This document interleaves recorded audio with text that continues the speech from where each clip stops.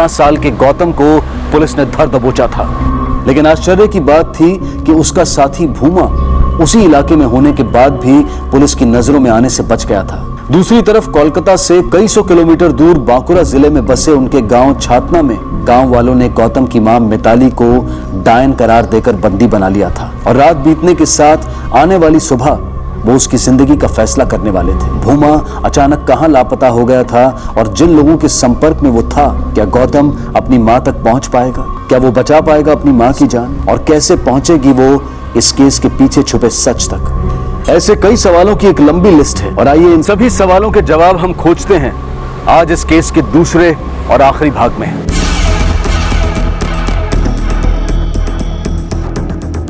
कौन है? कौन?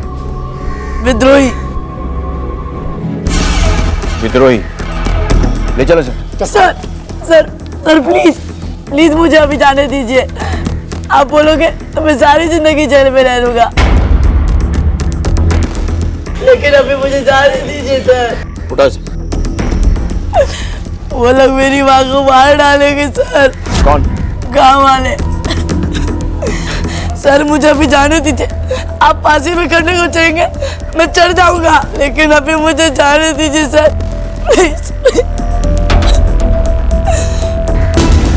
आसपास देखो, इसका साथी भी यहीं कहीं होगा। सर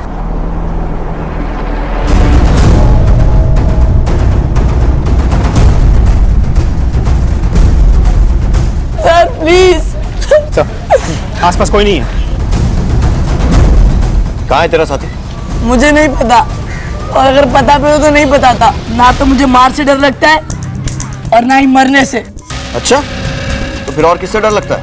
अपनी माँ को खोने से सर। प्लीज मुझे छोड़ दीजिए, मेरी माँ की जान को खतरा है। पुलिस से मिलने के बाद ना सबको अपनी माँ ही याद आती है। सर मेरा यकीन कीजिए, मेरी माँ को वो लोग मार डालेंगे। सर जाने दीजिए प्लीज। गाड़ी में डालो। जाने दो, जाने दो। खुश जैसे मर्डर का मामला नहीं लगता है, बात कोई गहरी है। और ये बच्चा जो अपनी माँ के बारे में कह रहा है, ये सब क्या लगता है आपको सर? हो सकता है खुद को बचाने के लिए झूठ बोल रहा हूँ, या फिर शायद सच भी हो, लेकिन इसकी बात को लाइटली नहीं है सर। मैं हेडक्वार्टर में कॉल करता हूँ। सर छोड़ो मुझे प्लीज। जो छोटा लड़का था वो हमें मिल गया है। हाँ, आप लोग खोज जारी रखिए। जी बिल्कुल बिल्कुल। मेरी हेडक्वार्टर बात हो गई है, हम इसे इसके गांव बांकुरा लेकर जा रहे हैं, क्योंकि यहाँ जो हुआ है उसके तार भी वहाँ से जुड़े हैं। तो उस बात की तफ्तीश भी हो जाएगी और ये अपनी माँ के बारे में सच बोल रहा है या नहीं, इस बात की तस्दीक भी। Let's go. Right sir.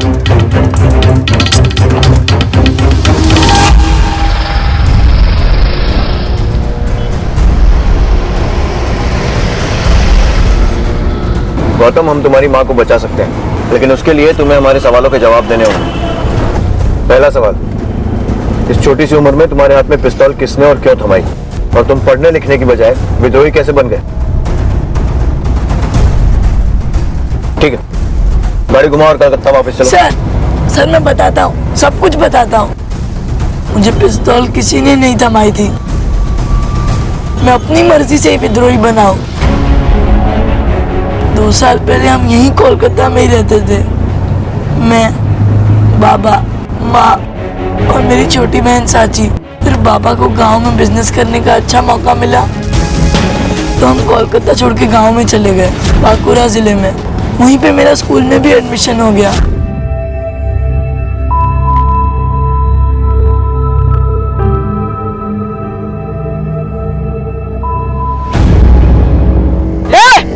ये बेईमानी है। कोई बेईमानी नहीं है। नहीं, तूने बेईमानी की है। कुछ बेईमानी नहीं है। चल गेम स्टार्ट कर। ये बेईमानी तुझे पेनल्टी देनी होगी। पेनल्टी? पेनल्टी लेगा? चल हट। लूंगा पेनल्टी। नहीं बोला ना। पेनल्टी। क्यों चित्रा मेरे? अकेले देखने में घेर लिया इसको। चल किक कर, बॉल इसको, बॉल दे।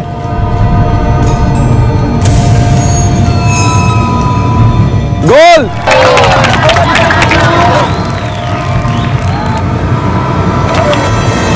थैंक्स दादा, जो आपने मेरी मदद की। पर ये लोग आपसे इतना डरते क्यों हैं? चल बताता हूँ।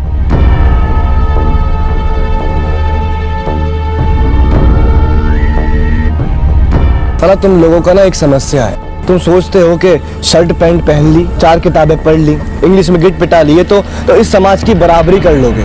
लेकिन असल बात यह कि अगर तुम मर भी जाओ ना तो इस समाज की बराबरी नहीं कर पाओगे। मतलब सब एक जैसे तो हैं, इसमें अंतर क्या हुआ? अंतर है, तू उस जात से है जो धक्का भी खुद खाती है और फाउल भी उसी का होगा। तेरा बाप छोटी जात का और तू भी तो छोटी जात का हुआ, ये है अंतर। तो मैं चलता हूं। अगर हम पलटकर अपने देश के इतिहास पर नजर डालेंगे तो हम पाएंगे कि जाति प्रथा यानी कि जाति के आधार पर भेदभाव हमारी कमियों या बुराइयों में से वो मुख्य कमी या बुराई रही है जिसने हमें एक समाज, एक देश के रूप में वो नहीं बनने दिया जो शायद हम बन सकते थे। जाति भेद कई सौ सदियों से हमारे समाज में मौजूद है और यही इस गलत प्रथा को मानने वालों या फिर इसका समर्थन करने वालों का सबसे बड़ा तर्क होता है। वो इसे सामाजिक परंपरा का नाम देकर इससे बंधे रहना चाहते हैं। वो ये समझना ही नहीं चाहते हैं कि हमारी परंपरा वसुदेव कुटुंबकम रही है, ना कि जाति, रंग, नस्ल या वर्ग के आधार पर इंसान को बांटना।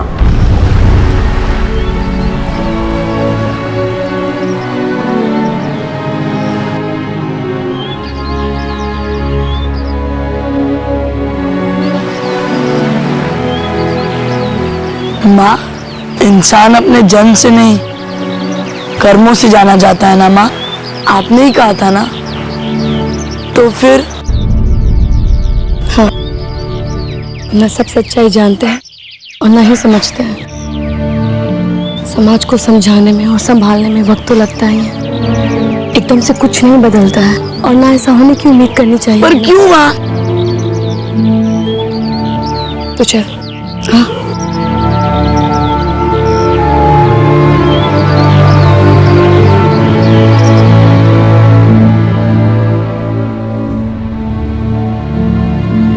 ये लो, इसे पी जाओ लेकिन एक ही सांस में। माँ ये तो बहुत गर्म है, मैं इसे नहीं पी सकता। क्यों? क्योंकि तुम्हें गर्म दूध पीने की आदत नहीं है। लेकिन अगर मैं फिर भी जिद करूं कि तुम इसे पी जाओ तो तुम अपना मुंह जला बैठोगे। लेकिन इसी दूध को अगर धीरे धीरे फूंक फूंक के पियोगे तो तुम इसे पी पाओगे। उसी तरह समाज को एक दिन में बदलने की कोशिश करोगे तो अपना हाथ और मुंह दोनों जला बैठोगे। समझे? अब सुन उस दिन क्या हुआ था। क्या हुआ था भाई? मजा आ गया। ए गौतम,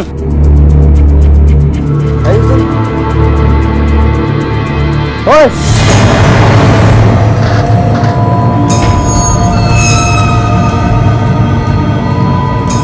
क्यों चिट्का बने? उस दिन बेटा कुछ नहीं बोला तो ज्यादा चर्बी चढ़ गई। नहीं दादा। फिर क्या? जल्दी अब बोलो कुकड़ू और तेज और जोर से। और साला अगर इसके आसपास दोबारा दिख गए तो तंदूर में डालकर तंदूरी बनाऊंगा सबकी मैं। चल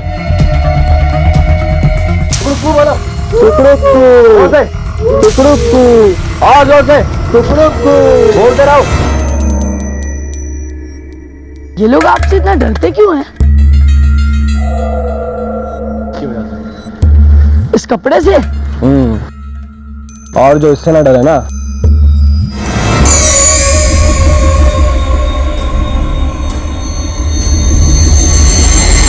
वो कहते हैं इस दुनिया में कीड़े से लेकर इंसान तक सबको भगवान ने बनाया, लेकिन उसी भगवान के मंदिर में घुस नहीं सकते हम। वो कहते हैं कि हमारी जाति छोटी है और हमारा खून गंदा है, इसलिए हम उनकी बराबरी नहीं कर सकते। तर्क भी उन्हीं लोगों की सुनी जाती है जिनके पास ताकत होती है, और आज के दुनिया में जो सबसे बड़ी ताकत है वो ताकत है बंदूक की ताकत। वो सदियों से हमारा खून चूसते आए हैं और खून का घूंट पीते हैं हम। तो फैसला अब खून ही करेगा। खून बहेगा उनका और बहाएंगे हम। कब तक? जब तक इस धरती और इस समाज से जाति और जन्म का फर्क खत्म नहीं हो जाता। तो बोलो, हो तैयार? हाँ, हम तैयार हैं।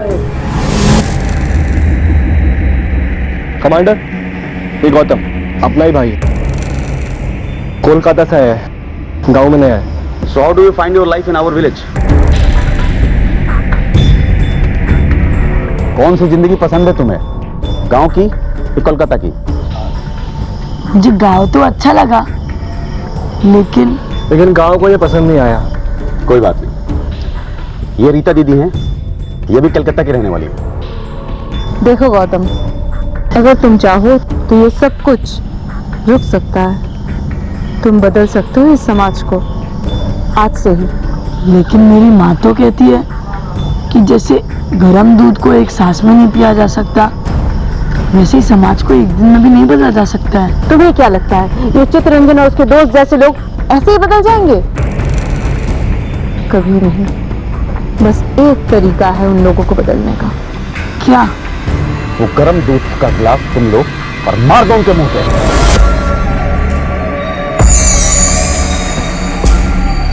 क्या आप जानते हैं कि 21वीं सदी का सबसे खतरनाक हथियार कौन सा है? वो हथियार जिसके चलाए जाने से ना तो कोई धमाका होता है, ना ही कोई धुआं उठता है और ना ही खून के छींटे।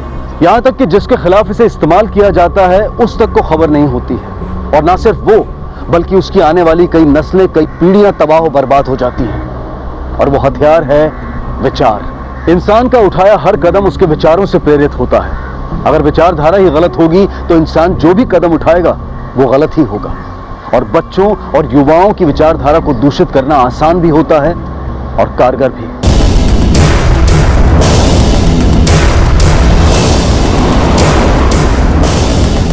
अभी अभी बारात से निकले, गांव की तरफ जा रहा है।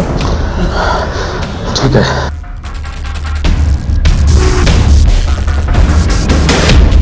तेरा दोस्त पुलिस लेके गांव गया है, किस लिए गया है?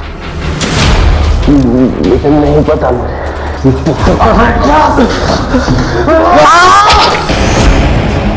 फिर उन लोगों ने तुम्हें अपनी टोली में शामिल कर लिया, क्यों?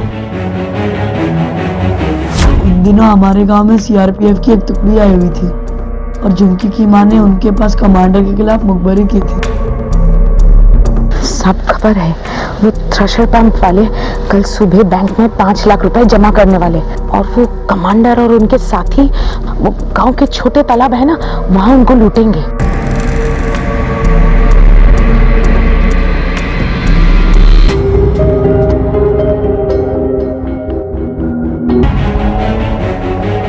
एक बात बताओ, पहली बार पिस्तौल किस उम्र में चलाई थी?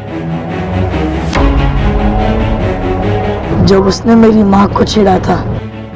अरे पता है, अरे मिल जाए तो मजा आ जाएगा। रुक देख। ओ मैडम, कभी हमें भी तो पढ़ा लिया करो। या तो हम आपके घर आ जाएंगे या आप हमारे घर, फिर साथ में पढ़ेंगे। इलू इलू इलू इलू इलू इलू इलू इलू इलू। चल हो गया।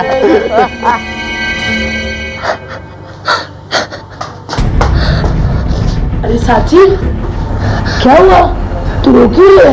आज जब मैं और माँ स्कूल से लौट रहे थे तब चित्रंजन ने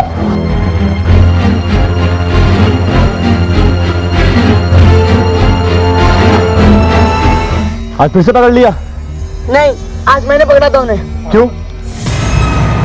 अगली बार जब भी किसी को मारना हो तो पहले ये पहनना, अगर तू किसी को मारेगा भी तो सामने वाला तुझ पर हाथ नहीं उठाएगा। याद से। ये लाल गमछा प्रतीक है हमारे क्रांति का, लेकिन सिर्फ लाल गमछा और झंडा उठाने से क्रांति नहीं मिलती, उसके लिए हथियार उठाना होता है।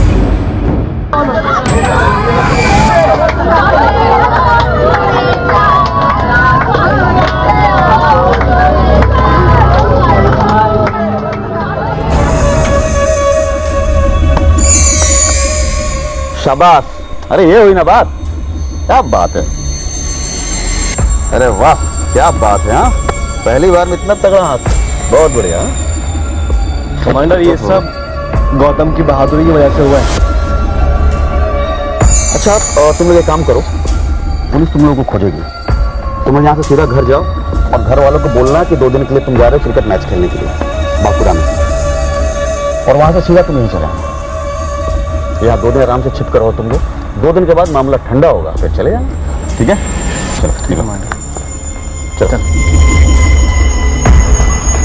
बहुत आगे जाएगा ये लड़का, लगता है आगे चलकर तुम्हारी जगह यही लेगा। लेकिन इसका बाप बहुत डरपोक आदमी है, हो सकता है अपनी माँ पे गया होगा। पर इसकी माँ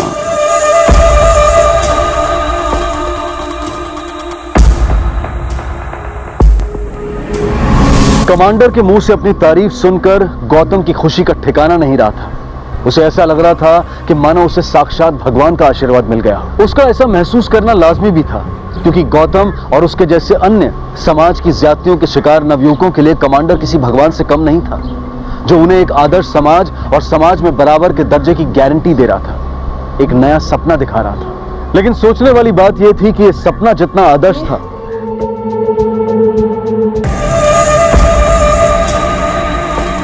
जरा इधर आइए।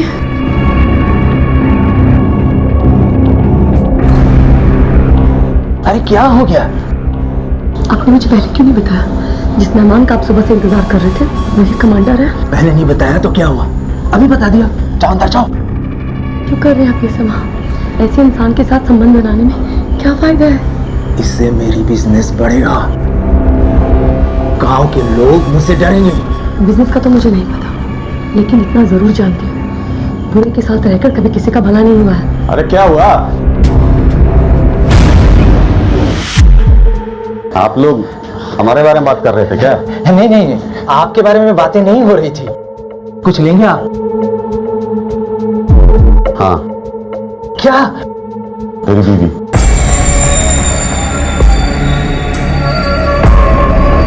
ये क्या कहते हैं आप? ये मेरी धर्मपत्नी है। अरे तो आगे भी तेरी धर्मपत्नी रहेगी भाई। अब इसे कोई डोली पर सजा के ले जाने की बात नहीं कर रहा हूँ, सिर्फ सेज पे सजाने की बात कर रहा हूँ। और बिरादरी से भाई हैं हम दोनों। एक ही चीज दोनों भाई के काम आ जाए तो इससे अच्छा और क्या हो सकता है। चल बाहर जा, और जब तक ना कहूं तब तक आना नहीं। जा। कमांडर साहब। अच्छा जा। अरे बाहर करो। ये मेरी। रावेश, तुम कुछ बोल क्यों नहीं रहे हो? रावेश, रावेश, खबरदार जो मुझे हाथ लगाया। तू जो सोच रहा है वो कभी नहीं हो सकता। ये बेटी है ना तेरी? मेरे आदमी इसके साथ क्या करेंगे पता नहीं है तुझे? चल चल चल।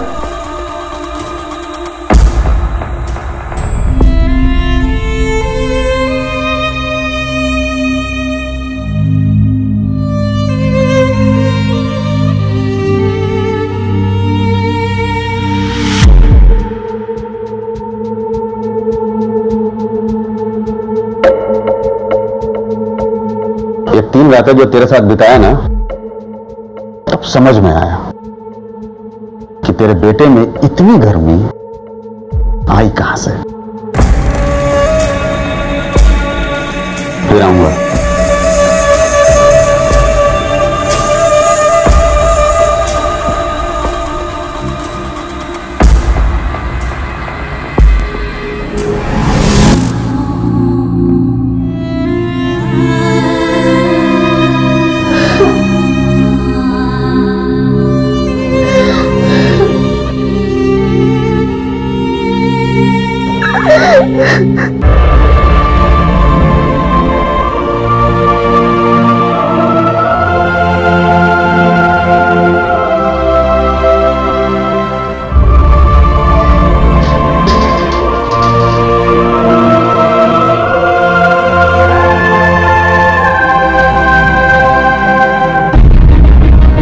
हम यहाँ से जा रहे हैं। अभी नहीं रहना हम यहाँ पे। किसने कहा तुमसे? मैं कहीं नहीं जाऊंगा। मैं यहाँ अपना जमाया बिजनेस छोड़ के कहीं नहीं जा सकता। मैं तुम्हारी नहीं, अपने और अपने बच्चों की बात कर रही हूँ। और तुमने ये सोचा भी कैसे कि तुम्हारी नापुंसकता देखने के बाद मैं या कोई भी औरत तुम्हारे साथ रहना चाहेगी? क्या कहना चाहती हो? प्रवेश, अपने दिल से पूछ के देखो, अगर मैंने कुछ भी गलत कहा है तो तुम एक नहीं 10 थप्पड़ मार लेना, रोकूंगी नहीं मैं तुम्हें। हम कहीं जा रहे बाबा? बाबा नहीं, मैं, तू और साक्षी जा रहे हैं यहाँ से। चल अपना सामान बांध। मैं नहीं जाऊंगा माँ, ये गांव मेरा है, ये धरती और यहाँ के लोग मेरे हैं। मेरा धर्म और फर्ज है कि मैं उनकी रक्षा करूं, और मैं अपना फर्ज अधूरा छोड़कर कहीं नहीं भागूंगा। ये क्या बोल रहा है तू? हाँ, तू उस कमांडर से मिला था ना? बोल, मिला था ना? हाँ, मैं मिला था उस कमांडर से, और उसकी जुबान इसलिए बोल रहा हूँ क्योंकि वो जो भी कहता है एकदम सच कहता है। मैंने सोचा था दाग सिर्फ मेरे दामन में लगी है, लेकिन तू उस कमांडर से कभी नहीं मिलेगा। लेकिन क्यों माँ? चल यहाँ से। माँ चल, माँ कमांडर से ही कह रहा। माँ मेरी बात सुनो। माँ मुझे खोलो माँ, मेरी बात सुनो माँ। यहाँ एक भी आदमी ऐसा नहीं था जो कमांडर के या उसके साथियों के खिलाफ आवाज उठा सकता, उनकी खिलाफत कर सकता। ऐसे में मिताली का उसके सामने आकर खड़े होना और उसकी ज्यादतियों की खिलाफत करना एक बहुत हिम्मत भरा फैसला था। जैसे कि एक दिया कई दियों को रोशन करके रात के अंधेरे को मिटा देता है, वैसे ही मिताली गांव के दूसरे लोगों के दिलों में हिम्मत जगाने की मुहिम पर निकल चुकी थी। अब सवाल यह था कि कमांडर के फैलाए अंधेरे को क्या मिताली की जलाई रोशनी मिटा पाएगी? क्या कमांडर का राज इस इलाके से खत्म होगा? मैंने तय कर लिया है, मैं पुलिस में जाके इनके खिलाफ रिपोर्ट लिखवाऊंगी। क्या आप सब लोग मेरे साथ हैं? विक्रम नाम है उसका, अपोजिशन पार्टी का युवा नेता है। वो यूनिवर्सिटी में पढ़ता है और स्टूडेंट के बीच में काफी पॉपुलर है। आने वाले कुछ महीनों में यूनिवर्सिटी में इलेक्शन होंगे। अगर वो लड़का इलेक्शन में खड़ा हो गया तो हमारी तुलिका कभी भी नहीं जीत सकती। विक्रम को किसी भी कीमत पर तुलिका के रास्ते से हटाना होगा। आप क्या बोलते हैं, किसको भेजना सही होगा? जो भी समझदार और हिम्मत वाला हो, क्योंकि इस काम में कोई गलती की गुंजाइश नहीं है, याद रखना।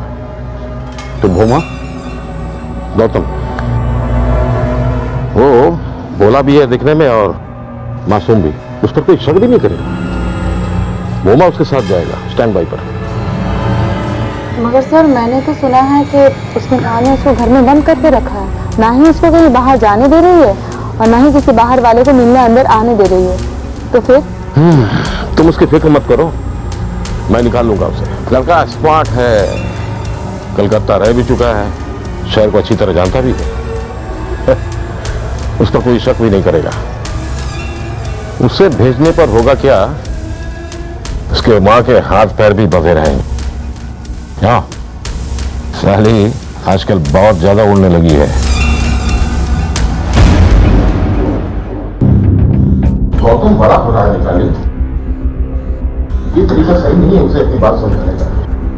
लेकिन उसके कदम बहक रहे हैं मास्टर जी, और मुझे डर है कि इस गलत रास्ते में कहीं वो आगे ना निकल जाए। नहीं, ऐसा कुछ नहीं होगा। हमें उसकी एनर्जी को चैनलाइज करना चाहिए, बाकी सब अपने आप ठीक हो जाएगा। कैसे मास्टर जी? देखो, पुरलिया में मेरे एक दोस्त है जो छाव नृत्य की क्लासेस चलाते हैं। मेरे ख्याल से वहां भेजे तो उसका माइंड भी डाइवर्ट होगा और उसके मन को भी शांति मिलेगी। अगर ये आपको ठीक लगता है तो मुझे कोई आपत्ति नहीं है। बाहर निकलो।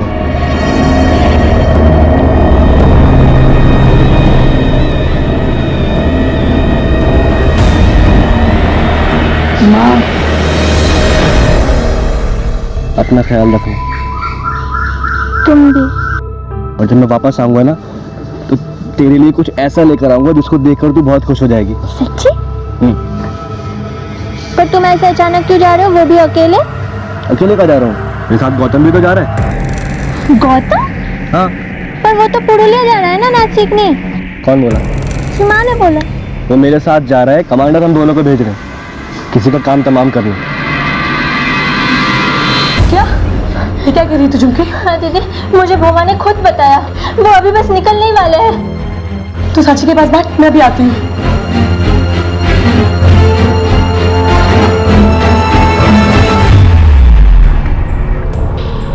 बड़ा धोखा कैसे दे सकते आप मुझे? कहाँ है मेरा बेटा?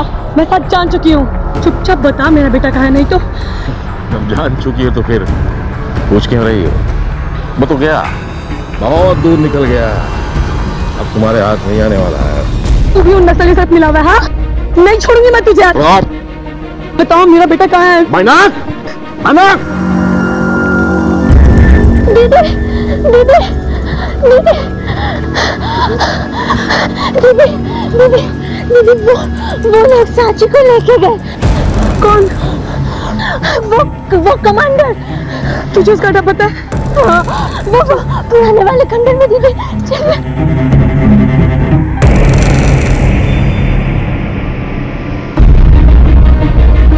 रमेश, रमेश, वो साची, वो कमांडर हमारी बेटी को उठा के लेके गया। उसकी तबीयत ठीक नहीं है, प्लीज कुछ करो। मैंने बोला ना तुम्हें, लेकिन तुमने नहीं मानी। अब भुगतो। रमेश!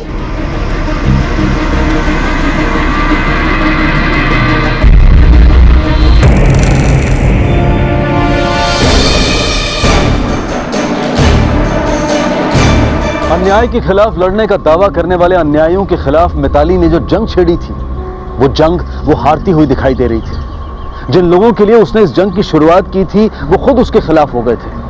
वो कमांडर के साथी नहीं थे, लेकिन वो अनजाने में उसी की मदद कर रहे थे। एक तरफ जहां ये गांव वाले मिताली की जान के पीछे पड़े थे, वहीं दूसरी तरफ उसे बचाने आ रहे उसके बेटे और पुलिस दल के साथ भी कुछ ऐसा घटने वाला था जिसकी उन्होंने कल्पना भी नहीं की थी।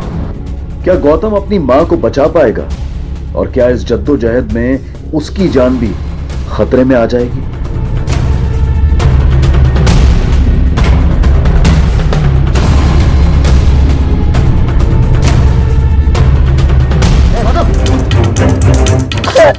मुझे प्लीज जाने दीजिए, वो लोग मेरी माँ को मार डालेंगे। मुझे जाने दीजिए, जाने दीजिए सर प्लीज। तुमने क्या कर रहे थे वहां? कब? हमारा अटैक फेल हो गया है।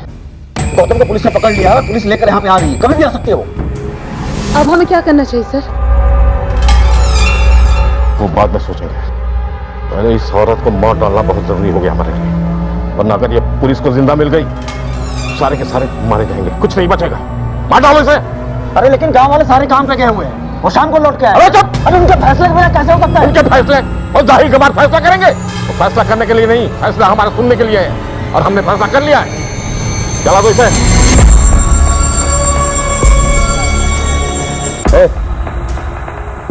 चला दे।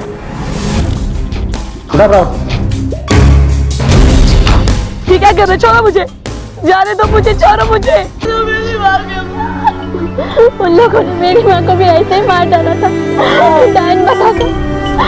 तेरी माँ को भी।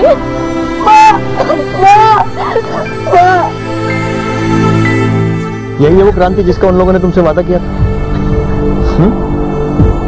भूमा तो तुम्हारा साथी था ना, उसे भी नहीं बख्शा उन लोगों ने। और जब तुम खतरा बनने लगे, तुम पर भी हमला करवा दिया। किन लोगों का साथ दे रहे होगा तुम? उन्होंने तुम्हारी बहन को उठवा लिया अपनी ढाल बनाने के लिए। तुम्हारे बंदूक उठाने से किसका भला हुआ? एक नाम भी बता सकते हो? बोलो, किसका फायदा हुआ?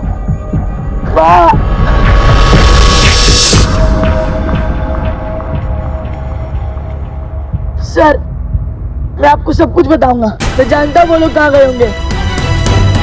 घोष, सर, हमें उन लोगों पर अभी अटैक करना होगा, नहीं तो वो लोग स्टेट बॉर्डर क्रॉस कर जाएंगे। लेट्स गो, संभालो सर। माँ, माँ, माँ, माँ, माँ।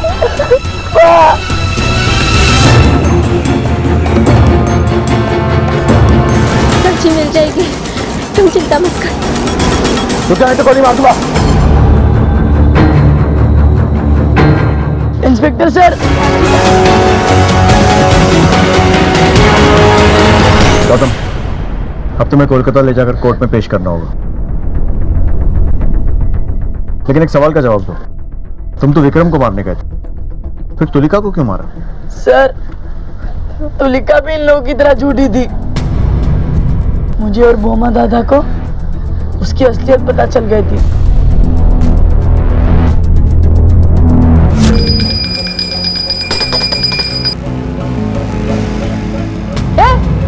क्या कर रहे हो तुम?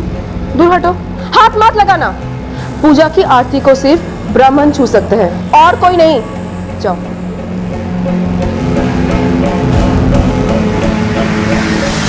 कुछ नहीं बदला सर, लेकिन मेरा सब कुछ बर्बाद हो गया, सब कुछ बर्बाद हो गया मेरा। आजी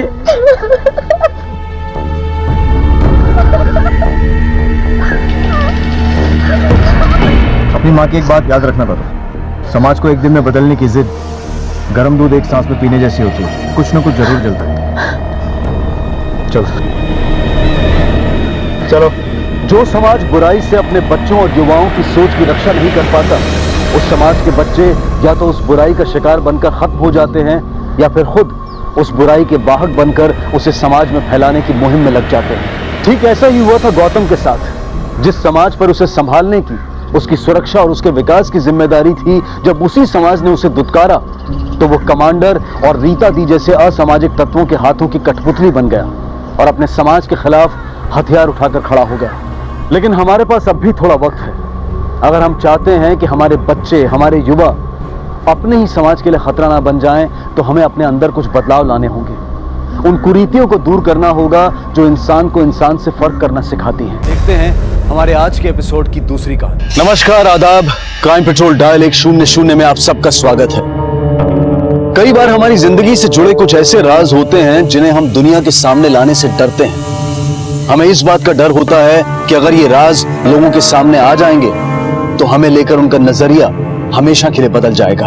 और कभी कभी ऐसे ही राज को राज रखने की कोशिश में कुछ लोग जुर्म का रास्ता इख्तियार कर लेते हैं। उन्हें लगता है कि ऐसा करने से सब कुछ ठीक हो जाएगा, लेकिन वो ये भूल जाते हैं कि जुर्म के रास्ते की सिर्फ एक मंजिल होती है और वो है जेल की सलाखें। आइए देखते हैं गाजियाबाद उत्तर प्रदेश से आज का ये दिल दहला देने वाला केस, जो हमें सोचने पर मजबूर कर देगा कि क्या एकदम नजदीकी रिश्ते वाकई में दिल के भी करीब होते हैं।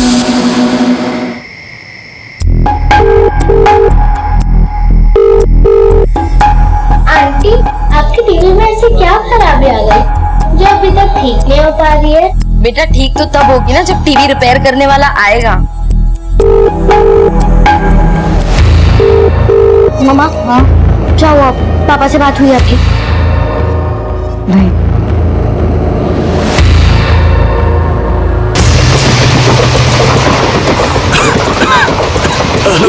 हेलो हेलो राजन, राजन हेलो। आप कुछ बोल क्यों नहीं रहे हैं? बोलो, आवाज आ रही है तुम्हारी। ये आपकी आवाज को क्या हो गया? हेलो हेलो राजन, आप ही बोल रहे हैं ना? हाँ, मैं राजन ही बोल रहा हूँ। राजन, आपकी तबीयत तो ठीक है ना?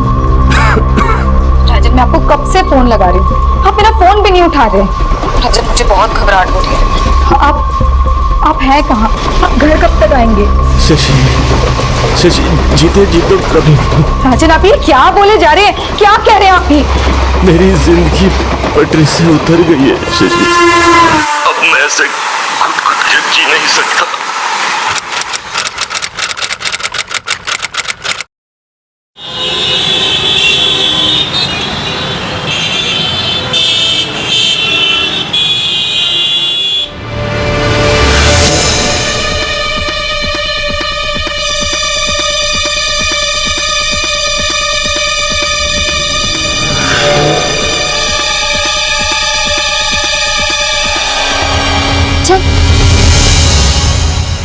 मिश्रा, ये लड़कियां कौन है? मैंने इन्हें पहले भी यहाँ पर देखा है। लगता है कुछ बताना चाहती हैं लेकिन हिम्मत नहीं कर पा रही। अगर ये फिर से यहाँ पर आए तो इन्हें मेरे पास लेकर आना। जी ओके सर।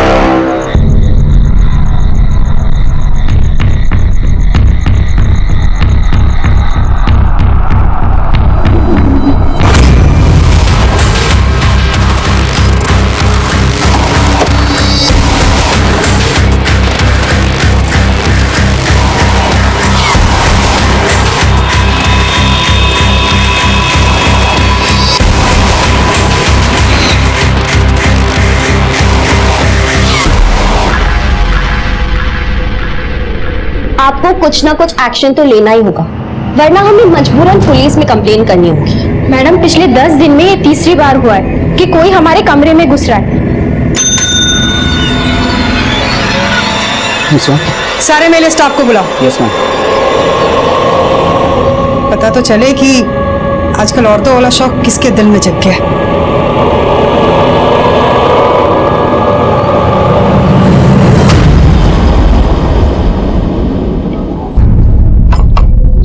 चलो फटाफट से नाश्ता कंप्लीट कर लो, ठीक है?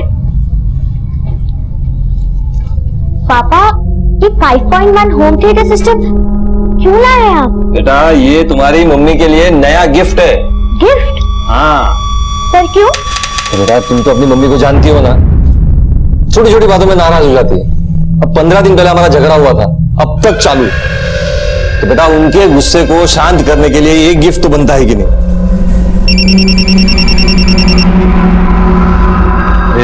मैं चलता हूं बेटा, रागिणी मैडम के 4 कॉल आ गए मेरे को। हाँ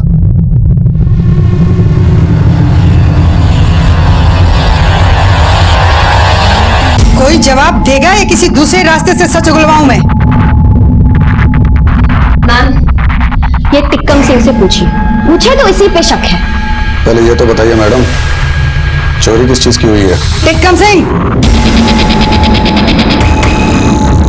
तुम सब बेफिक्र रहो। तुम सबके दरवाजे के लॉक्स चेंज कर दिए जाएंगे, उसकी कोई डुप्लीकेट चाबी भी नहीं होगी। और ध्यान रहे, मेरी नजर आप सब पर रहेगी। किसी ने भी गलत करने की कोशिश की तो सीधा जेल जाएगा। तुम सब जाकर नाश्ता कर लो।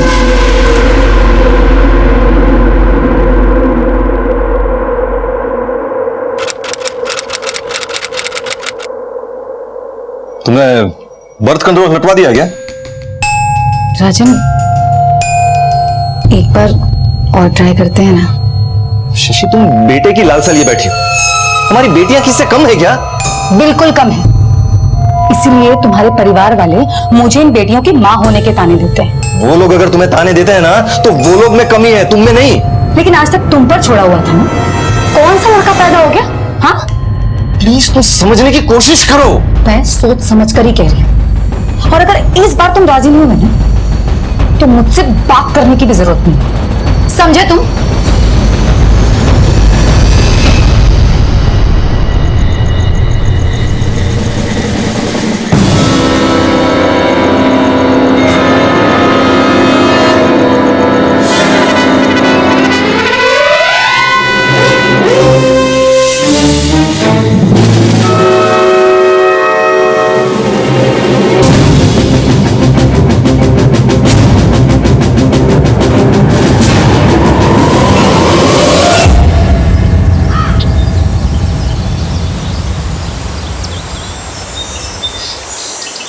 Good morning. Good morning.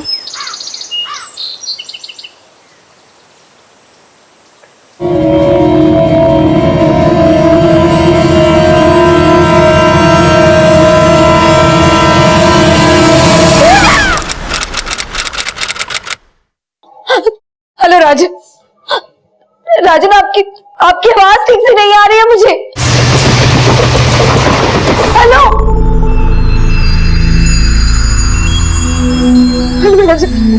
राजन, मुझे आपकी आवाज नहीं आ रही।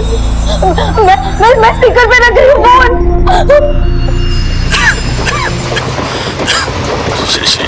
शशि, मैं तुम लोगों को कुछ नहीं रख पाया शशि। मेरी कमजोरी और कमियों को माफ कर देना शशि। पापा देखो, मुझे कुछ समझ में नहीं आ रहा आप क्या कह रहे हो। पापा मुझे बहुत डर लग रहा है। पापा आप बस आ जाओ। पापा आ जाओ ना, जल्दी आ जाओ। हॉस्टल के सारे कमरों के लॉक बदले जाने के बावजूद पूजा के कमरे में कोई आ गया था। आखिर कौन था ये शख्स और ये क्या चाहता था, और ये शख्स पूजा के कमरे में आया कैसे? इस बार पूजा की नींद खुल गई थी और शायद अपनी पहचान को छिपाने की कोशिश में उसने पूजा पर जानलेवा हमला कर दिया था। लेकिन कौन था इस सब के पीछे? आखिर ऐसी क्या मुसीबत लड़कियों पर आन पड़ी थी जिस बात की उन्होंने वार्डन से शिकायत की थी, और किस बात से उनको डर था जिसकी वजह से वार्डन को उनके कमरों के ताले बदलने पड़े? राजन शशि को फोन पर इस तरह से क्यों तड़पा रहा था? मेरी जिंदगी पटरी से उतर गई है शशि। अब मैं ऐसे खुद के जी नहीं सकता। उसके इरादे क्या थे? क्यों उनका इतना नजदीकी रिश्ता इस खतरनाक मोड़ तक आ पहुंचा था? बहरहाल पूजा की हालत काफी नाजुक थी और अब ये पूरा मामला पुलिस के पास आ गया था।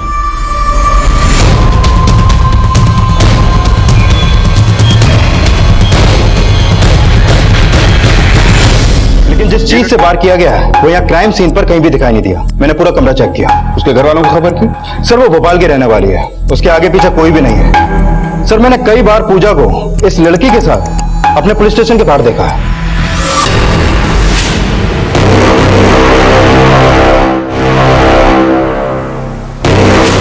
तुम्हारा नाम क्या है? रानी। रानी, मैंने कई बार तुमको पूजा के साथ अपने पुलिस स्टेशन के बाहर देखा है, लेकिन हर बार तुम दोनों बिना कुछ बताए पुलिस स्टेशन के बाहर से वापस लौट गए हो। ऐसा क्यों? सर पूजा कंप्लेन करना चाहती थी, लेकिन मैं ही उसे हमेशा रोक देती थी। अगर मैं रानी को कंप्लेन करने से नहीं रोकती तो आज उसके साथ ये सब कुछ नहीं हुआ होता। किसके खिलाफ कंप्लेन करना चाहती थी पूजा? देखो जिस तरह से पूजा पे वार हुआ है, साफ है कि हमलावर पूजा की जान लेना चाहता था। तुम पूजा की रूममेट हो। जिस वक्त ये हादसा हुआ तुम कहाँ थे? सर मैं कॉल सेंटर में जॉब करती हूँ और कुछ दिनों से नाइट शिफ्ट पे हूँ, और कल रात को भी मैं जॉब पर ही थी। रानी, क्या जरूरत थी तुझे नाइट शिफ्ट में काम करने की? तुझे पता है तू नहीं है तो मुझे कितना डर लग रहा है।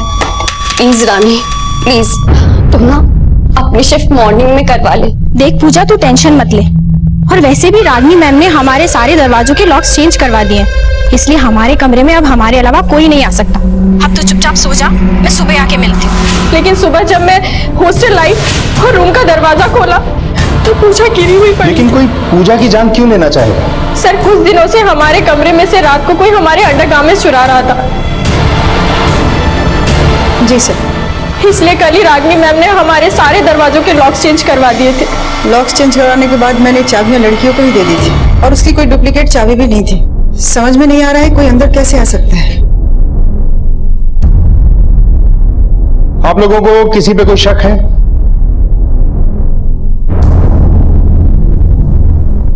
कुमार सर, आप लोग आइए मेरे साथ।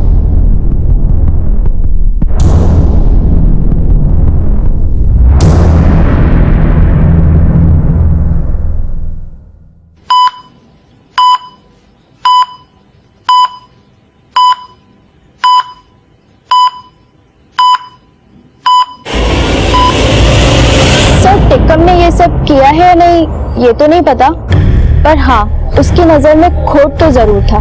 टिक्कम तो बहुत ही जहरीला आदमी था और नजर भी काफी उसकी गंदी थी। आती जाती लड़कियों को भी ताकता रहता था। सर पूजा ने अंदर से दरवाजा बंद किया हुआ था और लॉक की चाबी से पूजा और मेरे पास ही थी, तो अंदर कोई कैसे घुस सकता है?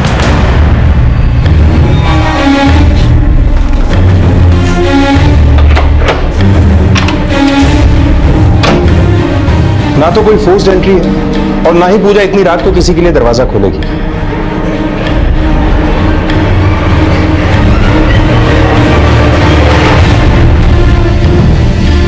ये दरवाजा तो पूजा ने लॉक किया है। रूम में आने के लिए इस खिड़की से कोई भी आ सकता है।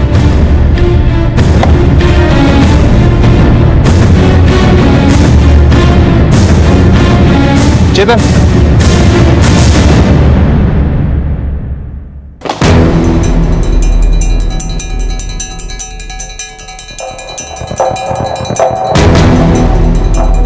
अब ऊपर आओ।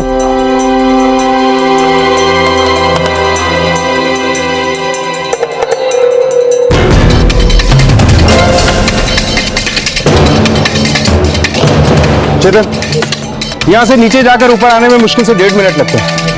हो ना हो वो हमलावर यहीं से आया होगा। सर कल रात कुछ 10:30 पौने 11 बजे मैंने टिक्कम को देखा था हॉस्टल के आसपास घूमते हुए।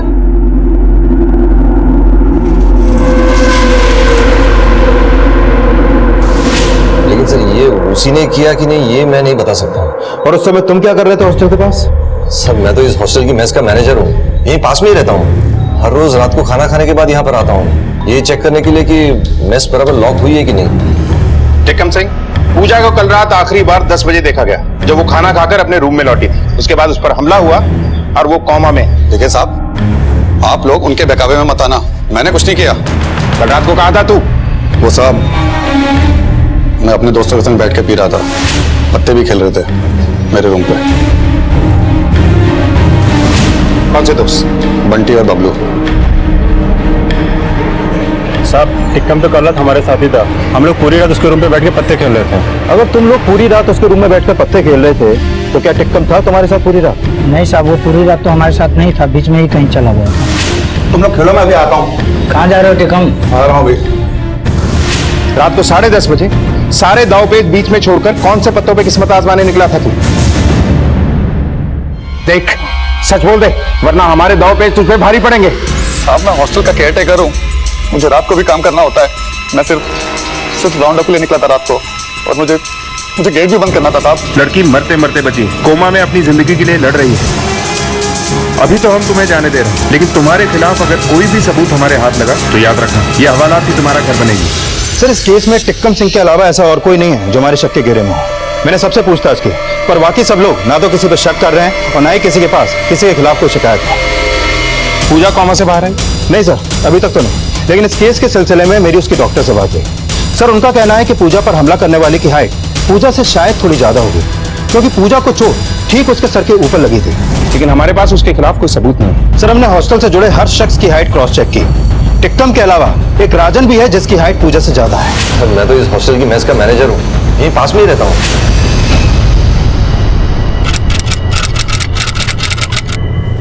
राजन, राजन, मुझे तुमसे कोई शिकायत नहीं है। मेरे लिए, बच्चों के लिए वापस आ जाओ राजन। वापस नहीं आ सकता जी, थोड़ी देर में ट्रेन आ जाएगी। लेकिन एक बात याद रखना शशि, तुम लोगों से बहुत प्यार करता हूँ और इसीलिए तुम लोगों से बहुत दूर जा रहा हूँ, बहुत। शशि मुझे माफ कर देना शशि। राजन, राजन प्लीज मेरे लिए वापस आ जाइए, बच्चों के लिए वापस आ जाइए राजन। पापा प्लीज, पापा प्लीज, मुझे बहुत डर लग रहा है पापा।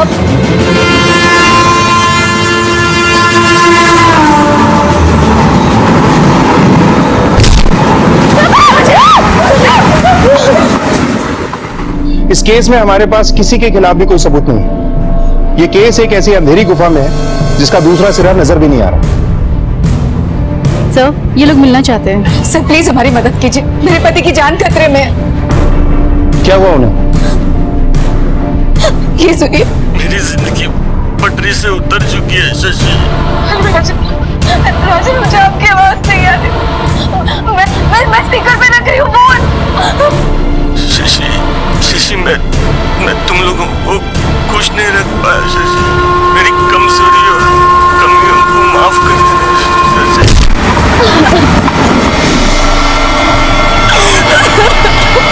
लेकिन आपने ये कॉल रिकॉर्ड क्यों किया था?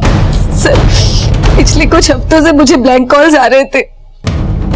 उन कॉल्स की रिकॉर्डिंग के लिए राजन ने एक मोबाइल एप्लीकेशन डाउनलोड किया था ताकि कॉल्स रिकॉर्ड हो सके। कुमार, राजन की कॉल की लोकेशन ट्रेस करो, हमें फौरन वहां पहुंचना चाहिए और उसे कांटेक्ट करने की कोशिश करो। सर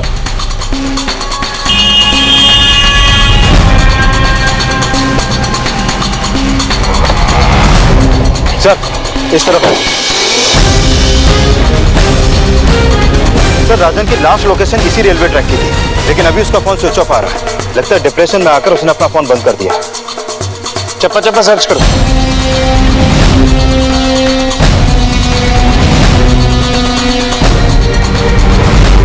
कुमार, बॉडी के टुकड़े टुकड़े हो चुके हैं, आइडेंटिफाई करना मुश्किल है। हो सकता है ये राजन ही हो। उसके घर वालों को बुलाओ। सर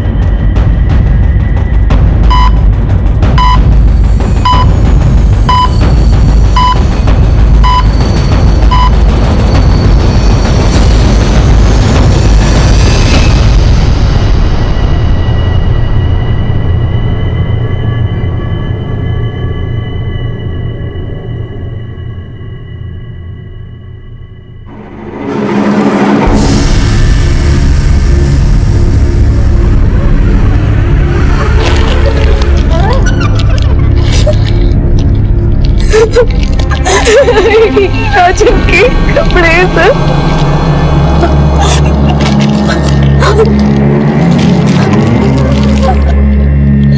ये वॉलेट भी होने का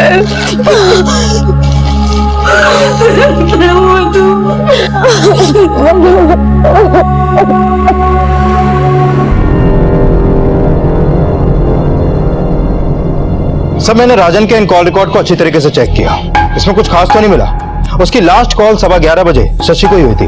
ये देखिए सर, राजन की मौत अपने पीछे कई गहरे सवाल छोड़ गई और इन सारे सवालों के जवाब पाने के लिए हमें इस केस को गहराई से खंगालना होगा।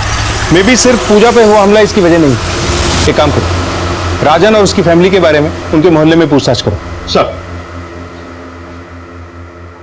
आपकी वजह से पापा ने सुसाइड किया।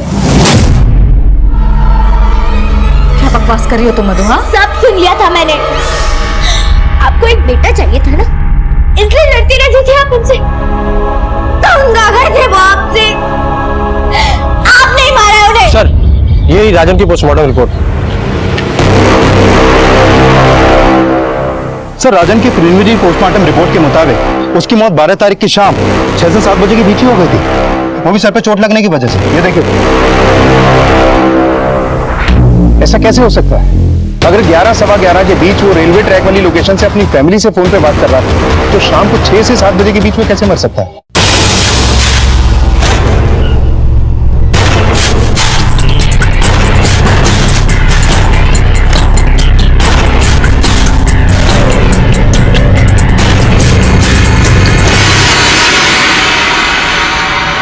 क्या सर, ये कैसे हो सकता है?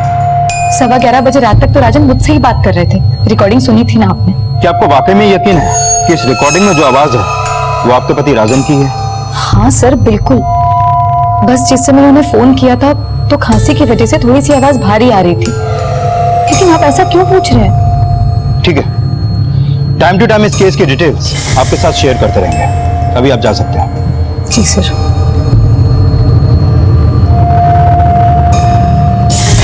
सर, ये रही राजन की ऑटोप्सी रिपोर्ट।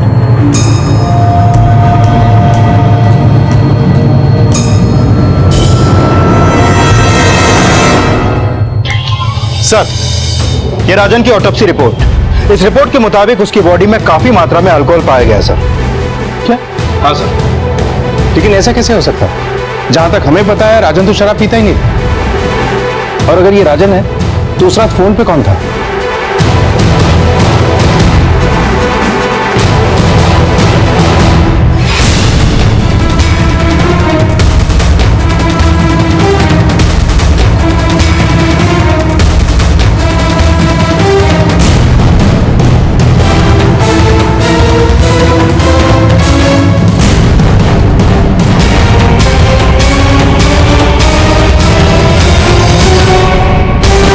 सर, अगर उस रात फोन पे राजन था तो ये बॉडी किसकी है? कुमार, इस बॉडी का डीएनए टेस्ट करवाओ। पता करो कि ये बॉडी राजन की है भी या नहीं, और उस टिक्कम को यहां बुलाओ। जो बॉडी पुलिस को मिली थी उसकी ऑटोप्सी रिपोर्ट से कई सवाल खड़े हो गए थे। दूसरी तरफ हमें राजन एक अनजान जगह पर छिपते छिपाते दिखाई देता है। अब सवाल यह है कि अगर राजन जिंदा है तो फिर वो लाश किसकी थी, और राजन पुलिस के सामने क्यों नहीं आ रहा था? इस केस के सारे राज अब और भी गहरे होते जा रहे थे। सर, टिक्कम सिंह को ढूंढने की बहुत कोशिश की, पर जब से रागिनी ने उसे हॉस्टल से बाहर निकाला है उसे किसी ने नहीं देखा। उसके फोन को ट्रेस किया, अभी उसका फोन स्विच ऑफ आ रहा है, और उसके फोन की लास्ट लोकेशन यही कविनगर के पास बाईपास के पास एक जंगल की है, वो भी 12 अगस्त की। सर, कहीं ऐसा तो नहीं कि हॉस्टल के अंदर हो रही वारदातों और पूजा पर हुए हमले के पीछे इसी का हाथ हो और अभी जंगल में छुपकर बैठा है? चलो।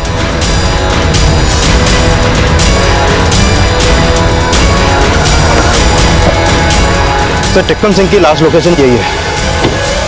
कुमार, सोचने वाली बात यह है कि ये जंगल उस रेलवे ट्रैक के पास ही है जहां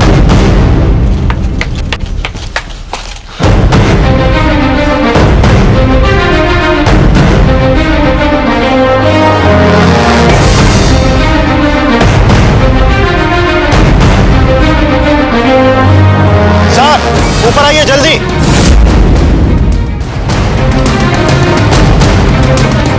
सर, ये देखिए, लकड़ी पर खून लगा है और फर्श पर भी खून है। जरूर यहाँ पर कोई कांड हुआ है सर। कुमार, इसका मतलब है कि राजन हमारे साथ बहुत बड़ा गेम खेल रहा है। जो बॉडी हमें रेलवे ट्रैक से मिली थी, हो सकता है वो टिक्कम ही है, क्योंकि ये लोकेशन रेलवे ट्रैक से कुछ ज्यादा दूर नहीं है। और एक और बात, मरने वाले की बॉडी से हमें अल्कोहल के ट्रेसेस मिले, जबकि राजन तो शराब पीता ही नहीं था और टिक्कम हर रोज शराब पीता था।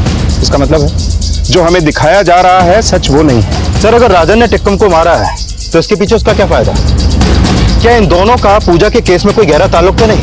हम लोग डीएनए टेस्ट की रिपोर्ट के आने का वेट करते हैं ताकि पता चले कि रेलवे ट्रैक से जो बॉडी मिली है वो टिक्कम है भी या नहीं।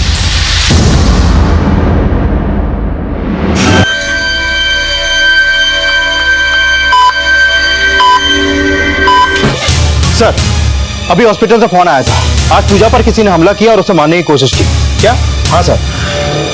कुमार, कहीं ये राजा नहीं तो नहीं था? एक काम करो, अभी के अभी पूजा के रूम के बाहर एक कांस्टेबल तैनात करो और जिस दिन से पूजा हॉस्पिटल में एडमिट हुई है तब से लेकर अब तक की सीसीटीवी फुटेज चेक करते हैं। सर। हेलो। क्या?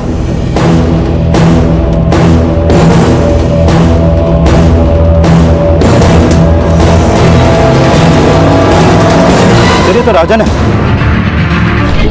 सर, मैंने शशि का कॉल रिकॉर्ड चेक किया, काफी शॉकिंग बातें सामने आई हैं। जैसे कि सर 10 से 12 तारीख के बीच शशि के फोन पे टिक्कम सिंह के नंबर से काफी कॉल आए थे, लेकिन शशि ने उनमें से एक भी कॉल रिसीव नहीं किया। कुमार, ये तो वही मिस्ड कॉल हो सकते हैं जिनकी वजह से राजन ने शशि के फोन पे वॉइस रिकॉर्डर एक्टिवेट करवाया था। पिछले कुछ हफ्तों से मुझे ब्लैंक कॉल्स आ रहे थे। उन कॉल्स की रिकॉर्डिंग के लिए राजन ने एक मोबाइल एप्लीकेशन डाउनलोड किया था। और एक बात सर, जिस समय टिक्कम का फोन जंगल में बंद हुआ था उस समय शशि के फोन की लोकेशन भी उसी एरिया की थी। ये मामला तो कुछ और ही निकला। सर, हो सकता है शशि और टिक्कम सिंह के बीच में अफेयर शुरू ही हुआ हो और राजन को इसके बारे में पता चल गया और राजन के हाथों टिक्कम सिंह का मर्डर हो गया और उस समय शशि भी वहां पर मौजूद हो। और सर, सोचने वाली बात तो यह है कि शशि और टिक्कम सिंह के बीच में अगर वाकई में कुछ था तो कहीं ऐसा तो नहीं कि शशि ने अपने बदले की आग में राजन को मार दिया। सर, आप मुझ पर इतना गंदा इल्जाम कैसे लगा सकते हैं? मैं नहीं जानती कि टिक्कम सिंह मुझे मिस कॉल क्यों दे रहा था। हमने आपके और राजन के बैंक डिटेल्स चेक किए। हमें पता चला है कि राजन ने कई बार बैंक से लोन लिया था और डिलेड और नॉन पेमेंट की वजह से वो ब्लैकलिस्ट हो चुका है। और 6 महीने पहले भी उसने गायत्री कोऑपरेटिव बैंक से 6 लाख रुपए का लोन लिया था, जिसकी एक भी किस्त वो आज तक नहीं चुका पाया, जिसकी वजह से रिकवरी एजेंट्स उसे धमकी दे रहे थे। यकीनन वो स्ट्रेस में था, लेकिन उसे सुसाइड नहीं किया, बस सुसाइड का नाटक किया और किसी और की लाश को रेलवे ट्रैक पर फेंक कर आपको कॉल किया। क्यों शशि जी, यही सच है ना? ये सच नहीं है सर। ये सच हो सकता है।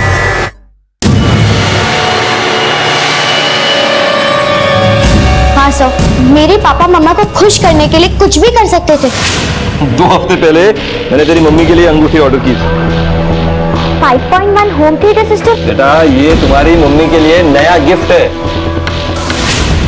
और शायद बैंक से लोन भी उन्होंने इन्हीं के लिए लिया होगा। फिर ना उनकी तनख्वाह में इतने महंगे सामान और मम्मा के लिए ज्वेलरीज कैसे आ सकती है? ले चलो।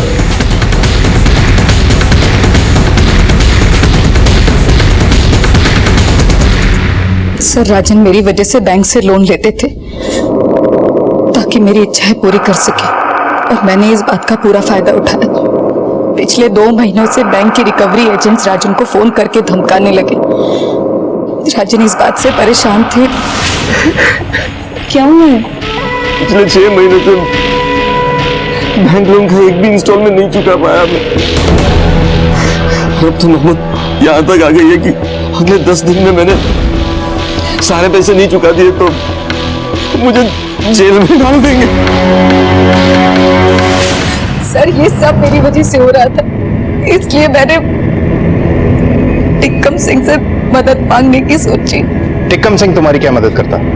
मैंने सुना था कि मोहल्ले के कुछ लोगों को उसने अपने एक दोस्त से कम ब्याज पर बड़ी रकम उधार दिलवाई है। मैंने सोचा कि मुझे भी उससे मदद मांग लेनी चाहिए। हमें पैसों की बहुत जरूरत है, क्या तुम हमें लोन करवा कर दे दोगे? लेकिन उस मदद के बदले में उसने जो कीमत मांगी वो बहुत ज्यादा बड़ी थी। लेकिन अपने परिवार के भविष्य के लिए मैंने उसकी बात मान ली। मैंने अपना वादा पूरा किया, अब तुम भी मुझे जल्दी से जल्दी लोन करवा कर दो। कौन सा लोन? मतलब झूठा? तुमने मुझसे झूठा वादा करके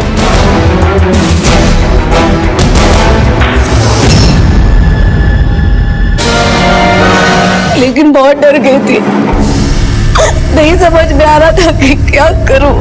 टिकम सिंह के साथ तुम्हारे कॉम्प्रोमाइज वाली बात के बारे में राजन को पता था? राजन को मैंने कुछ नहीं बताया था सर। मैं सिर्फ और सिर्फ राजन के सर से बैंक का लोन उतारना चाहती थी। टिकम सिंह को मारने के बाद मुझे राजन को सब बताना पड़ा। तुमने तो जिंदा मार दिया मुझे। मैं जानती हूँ कि मुझसे बहुत बड़ी गलती हुई है, लेकिन राजन इस समय हमें खुद से ज्यादा हमारी बच्चियों के बारे में सोचना चाहिए। अगर हम दोनों ही जेल चले गए तो उनका क्या होगा? और तुमने राजन के साथ मिलकर उसकी नकली सुसाइड का प्लान बनाया, जिसमें राजन टिक्कम की लाश को ट्रेन के आगे फेंकेगा। टिक्कम की लाश भी ठिकाने लग जाएगी और राजन को मरा हुआ समझकर बैंक अपना लोन भी वापस नहीं ले पाएगी। मानना पड़ेगा, ये फोन कॉल रिकॉर्डिंग वाला खेल एकदम ओरिजिनल था। क्यों, यही सच है ना शशि जी? हेलो राजन। बोलो शशि, पटरी से उतर चुकी है। मुझे तुमसे कोई शिकायत नहीं है। मेरे लिए, बच्चों के लिए वापस आ जाओ राजन। केस जब थोड़ा सा शांत हो जाएगा तो ये शहर छोड़कर कहीं और चले जाएंगे और समय के साथ हमारी बेटियां भी हमारी मजबूरी समझ जाएंगी। अब ये बताओ, क्योंकि उसकी लाश के पास हमें लड़कियों के जले हुए कपड़े मिले। नहीं सर, पूजा पर हमला किसने किया ये मैं नहीं जानती, लेकिन मैं जरूर कह सकती हूँ कि वो राजन नहीं हो सकते। सर, राजन बहुत ही शरीफ आदमी थे। तो अब ये बताइए कि आपने इस शरीफ आदमी को क्यों मारा? देखिए, झूठ मत बोलिएगा, हमारे पास गवाह है जिसने 18 अगस्त की शाम को आपको कवि नगर के जंगल से बाहर आते हुए देखा है। नहीं सर, मैं नहीं गई थी उस जंगल में, बल्कि मैं और राजन 7:30 बजे आगे की प्लानिंग के बारे में बात करने के लिए जंगल में मिलने वाले थे। लेकिन उससे पहले राजन की मौत की खबर आ गई। सर, उस रेलवे ट्रैक वाली लाश की डीएनए रिपोर्ट के मुताबिक और राजन की पोस्टमार्टम रिपोर्ट के मुताबिक उसकी मौत 18 अगस्त की शाम 4:30 से 5:30 बजे के बीच ही हो गई थी। सर, अगर शशि सच बोल रही है तो पूजा पर हमला। कुमार, मुझे ऐसा लगता है कि इन दोनों हादसों के पीछे कोई एक ही इंसान है जो हमारी आंखों के सामने तो है, लेकिन हम उसे देख नहीं पा रहे। हमें इस केस को रिविजिट करना होगा।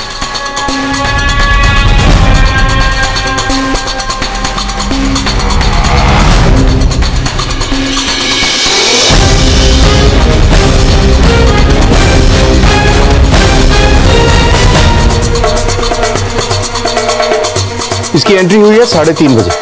अब देखो एग्जिट कितने बजे होती है। पावर दो इसमें। सर, इसमें उसकी एग्जिट की फुटेज तो है नहीं। हमारे पास हॉस्पिटल के बैक डोर के एग्जिट का फुटेज है। हाँ सर, प्ले करो। और हाँ, 3:30 बजे के बाद से प्ले करो। स्टॉप करो, जूम करो। ये देखो, एग्जिट यहां से हुई। सर, हॉस्पिटल में इसकी एंट्री 3:30 बजे मेन डोर से और एग्जिट 5:30 बजे हॉस्पिटल के बैक डोर से, वो भी इतनी हड़बड़ाहट में। उठा के लाओ इसे। सर, सीसीटीवी फुटेज के हिसाब से एक आप ही ऐसी विजिटर हैं जो पूजा से मिलने ऑलमोस्ट हर दूसरे दिन हॉस्पिटल जाती थी। और चौंकाने वाली बात यह है कि सिर्फ आप ही एक ऐसी विजिटर हैं जो 3 से 4 घंटे तक हॉस्पिटल में रुकती थी। क्यों? तुम सब बेफिक्र रहो, तुम सबके दरवाजे के लॉक्स चेंज कर दिए जाएंगे। तुम सब जाकर नाश्ता कर लो। समझ में नहीं आ रहा है कोई अंदर कैसे आ सकता है। चलिए मैं बताता हूं। 17 अगस्त दोपहर 3:30 बजे आप हॉस्पिटल में गई थी। गई मेन डोर से थी, लेकिन वापस नहीं आई। क्यों? चलिए ये भी मैं बता देता हूं। 17 अगस्त को शाम 5:30 बजे आप हॉस्पिटल के बैक डोर से बाहर आई घबराहट में, और ये वही टाइम है जब पूजा पे हमला हुआ था। बोलिए क्यों किया आपने ऐसा? क्यों मारना चाहती थी आप पूजा को? बताती हूँ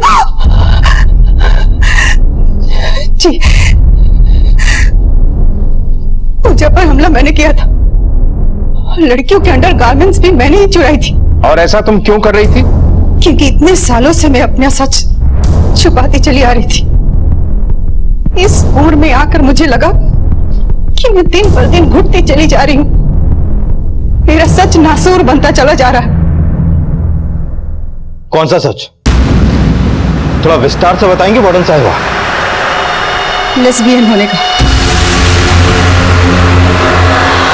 और इसका खुलासा ना तो मुझे नौकरी देता और ना ही मेरे हॉस्टल का बिजनेस। तो आपने अपने सच का सामना लड़कियों के रूम में चुपके से जाकर उनके अंडरगारमेंट चुरा के किया।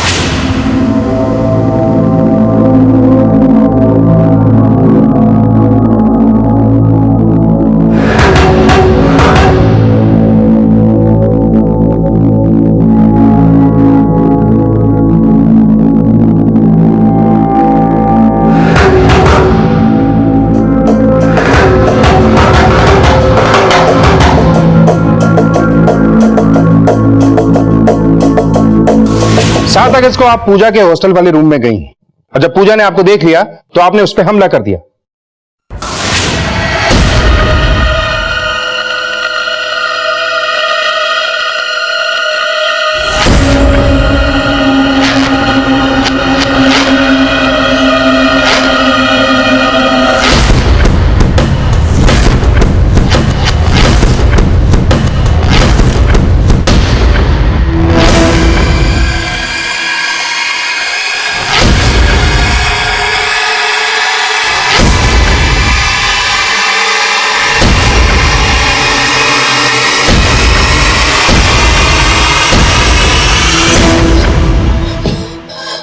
मुझे ये डर था कि हॉस्पिटल में होश आया तो मेरी सच्चाई वो सबको बता देगी। मैंने पहला मौका देखते ही उस पर हमला कर दिया, लेकिन फिर से वो बच गई। और राजन को क्यों मारा? राजन को मैं मारना नहीं चाहती थी, वो मौके का शिकार हो गया। मतलब? मुझे ये डर था कि कहीं आप सर्च वारंट निकालेंगे, मेरे कमरे की तलाशी लेंगे तो लड़कियों के अंडरगारमेंट्स मिल जाएंगे। इस डर से मैं सारे कपड़े लेकर हॉस्टल के पीछे वाले जंगल में चली गई।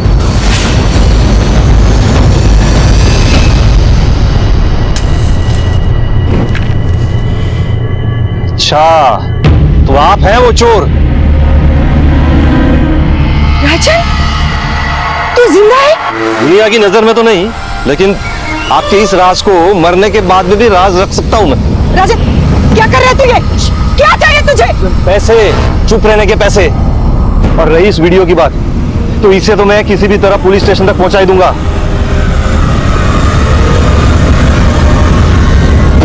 कितने पैसे चाहिए तुझे? 6 लाख, और वो भी इसी वक्त। ठीक है, मैं लेके आती हूँ। आधा घंटा रुकूंगा खाली, ज्यादा नहीं।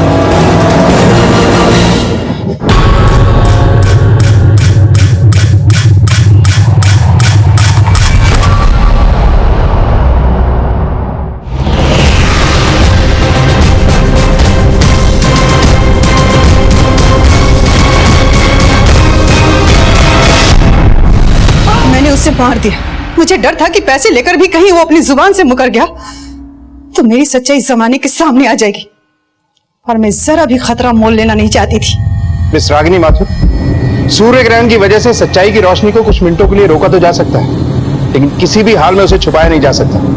अब ये बात जेल की सलाखों के पीछे बैठ के सोचती रहना। रागिनी ने ताउम्र एक राज दुनिया से छिपा कर रखा, लेकिन यह राज उसके मन के उस कोने में छुपा था जहां चाहत की लहरें अक्सर उफान पर होती हैं, और इन्हीं उफानों ने रागिनी की नीयत और जिंदगी दोनों को खराब कर दिया। राजन की पत्नी शशि की बढ़ती मांगों ने राजन को इस बात के लिए मजबूर किया कि वो अपनी चादर से ज्यादा पैर फैलाए, लेकिन शायद वो ये भूल गया कि फिजूल खर्ची और बेवजह मांगों की कोई सीमा नहीं होती। अपनी गलतियों को जब शशि ने सुधारना चाहा तो टीकम ने उसका शोषण किया, और टीकम अपनी गंदी नीयत और नीच हरकतों की वजह से मारा गया। अब मैं अनूप सोनी आपसे विदा लेता हूं, फिर मुलाकात होगी अगले एपिसोड में एक और चौंका देने वाले केस के साथ। तब तक अपना और अपने परिवार का ख्याल रखें और देखते रहें क्राइम पेट्रोल डायल 100। सबक एक को सीख हम सबको। जय हिंद। इस तरह के और भी एपिसोड देखने के लिए हमारे चैनल को सब्सक्राइब करें और बेल आइकन दबाना ना भूलें।